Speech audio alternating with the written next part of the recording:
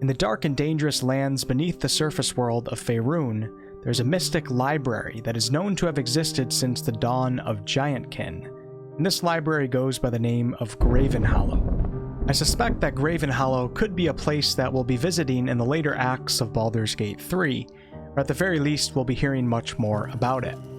For those of you that are concerned about spoilers, I'm going to section off the first part of this video where I talk about what events in early access led me to want to talk about this place.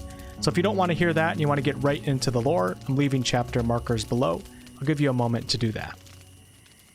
In the Underdark and Baldur's Gate 3's early access, many of you will have stumbled across a hobgoblin and a mind flayer that have set up shop within the Myconid camp. These guys go by the name of Blurg and Omeluum, or Omeluum as Blurg pronounces it, and they offer an intriguing dialogue that will probably leave many of you with questions you might not have had prior to meeting them. I'm not going to get into all of that in this particular video. The only thing that I really want to talk about here is that you learn that Blurg and Omeluum are part of an organization known as the Society of Brilliance. Harbs Narbs has of course already done a lore and theory video on this society. I'll leave a link below in the description. The Society of Brilliance is a neutral society consisting of only a small number of scholars, and their goal is to study the Underdark in hopes of gaining a better understanding about the terrain that they live in.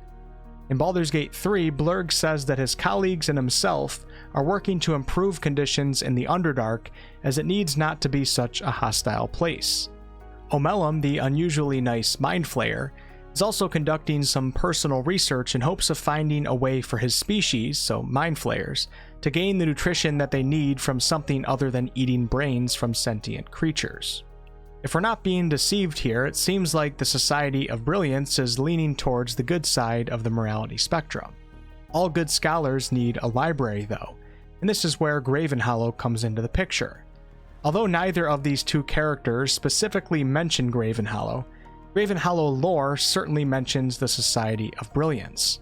The Society of Brilliance actually went on a pilgrimage to Gravenhollow some years before the demonic crisis that struck the Underdark in the late 1480s, which is not long before the events in Baldur's Gate 3. That alone is probably not enough to really make you think that we'll be visiting Gravenhollow in BG3. However, with patch 5, or it might have been patch 6, more dialogue was opened up with a few of the drow that you come across in the Underdark. The one drow of importance here is Dorn, and he can be found in the area where you fight the Spectator. Dorn reveals to us that he is a Gravenhollow scholar, so now the library has been mentioned by name. Taking into account that we now have at least 2 ties to the library itself, and also knowing that Gravenhollow is mostly unexplored 5th edition content, which could mean that Larian has an opportune chance to expand on it. This makes me think that it's very possible that we might actually be visiting this mysterious place. And that'll be it for the spoiler section of this video. Now let's get into what we know about Gravenhollow itself. So Gravenhollow was first introduced to the D&D community with the release of the adventure module Out of the Abyss in 2015. Now there's not much artwork to show for this place, unfortunately, so sit back, enjoy the fire, and also some spoiler-free early access gameplay. Out of the Abyss states, the Library of Gravenhollow is a bastion of peace and order in an Underdark gone mad. Carved out long ago from the bones of the world and protected by ancient and potent magic, the library possesses a kind of awareness. It blocks and misdirects those unworthy of reaching its gates, even as it facilitates finding the way for those who need it.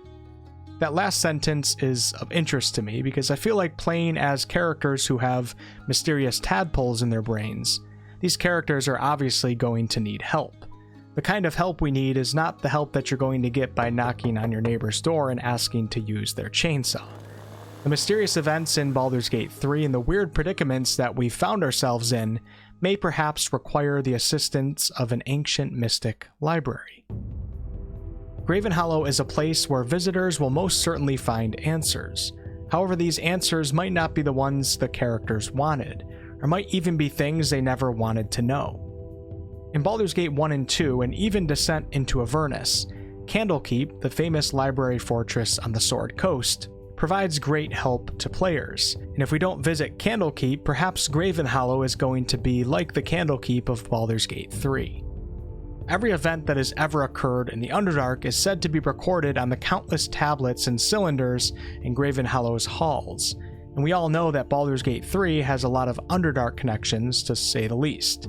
So where is Gravenhollow? According to Out of the Abyss, it lies west of the Worm Writhings, 360 miles from Mantle Dareth, and 120 miles from Gauntlgrim. This area is quite far away from where we are in Early Access, at least currently, but with magic, of course, anything is possible. Only one tunnel leads to the library, and the magic surrounding Gravenhollow can change where the tunnel's entrance appears. In Out of the Abyss, D&D players can find Gravenhollow through several different methods. And I guess if you're a D&D player in this campaign, this would be a spoiler, but actually everything on Gravenhollow is technically a spoiler for that campaign. Players can find a magical ring that will guide them. They can make alliances with stone giants, and stone giants have mystical connections to the Underdark itself. And if players make it to within a day's travel of the library, they may encounter a basilisk named Veldiskar, who can also serve as a guide. Pausing there for a moment, Veldiskar is a basilisk that is committed to the protection of the library and its librarians. If trouble arises, Veldiskar goes by the motto of petrify first and ask questions later. And the last method for finding the library, and I saved it for last for a reason, is by traveling with a member of the Society of Brilliance. I won't relate this to Baldur's Gate 3 too much, as I did that in the spoilers section, but for those who missed it, the Society of Brilliance is a neutral society consisting of a small number of scholars who dedicate their lives to studying the Underdark. Society members can be found in Baldur's Gate 3, and I'll leave it at that. Arriving at the gates of Gravenhollow, you'll notice stone giant statues, which are actually stone golems. The entrance to Gravenhollow is made up of a pair of massive basalt doors, and to open them, all you have to do is simply push. When you cross the threshold of Gravenhollow, it may feel like you're stepping into another realm, as the Underdark will be replaced by light and a sense of openness. The corridor that you walk into opens into a central well, with walkways crossing its span to the opposite side. And to your right and left, you'll barely be able to see the ends of the level that you're on, and you'll notice doors opening into countless rooms. The ceiling of the corridor is bright with rainbows trapped in hundreds of crystal formations, and if you look down, you'll see staircases connecting to different levels of the library. This will be quite the fantastic place to create in a video game. Each room on each level of Gravenhollow will be part of one of the archives of the past, the archives of the present, or the archives of the future. As a visitor, you're actually free to go wherever you want, and the library maintains a quiet and peaceful atmosphere. The librarians are stone giants, and there are 3 of them: Althar, the keeper of the past, Ermis, the keeper of the present, and Ustova, the keeper of the future. If you're in need of assistance, you should seek them out, as they will likely not seek you out unless the library directs them to. A very interesting aspect of Gravenhollow is that it remembers all who have walked its halls, as well as those who will visit the library in the future. Because of this, you'll occasionally notice apparitions flickering in and out of existence, as these are echoes of those who have visited or those who have yet to come. The cool thing about these echoes is that they are quasi-real duplicates of the original creature, and visitors can actually interact with them and receive advice from experienced adventurers and heroes. Some of these echoes may even be of quite famous Forgotten Realms heroes, such as the wizard Elminster and also Illustrial Silverhand. On each level of Gravenhollow, there will be rooms that are reserved as living quarters, and these rooms will provide visitors with food and drink that's magically created by the library itself. Guest quarters will appear bare until a visitor chooses a room, and the next time that room is entered, it will be furnished to the character's tastes and needs.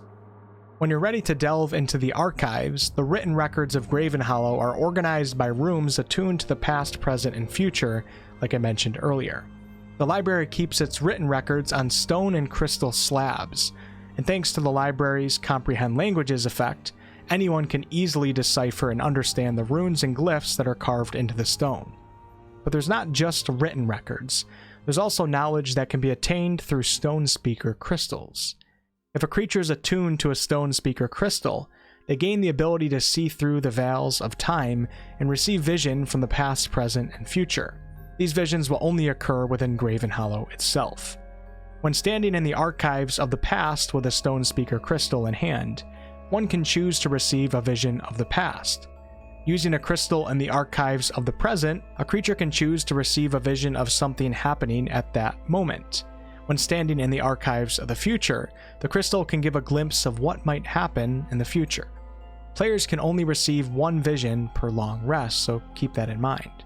When a visitor has discovered the information that they were looking for, they can still remain as respectful guests in the library, but the library itself will stop providing new visions, and the library's assistants may suggest that there's no more to be learned at this time.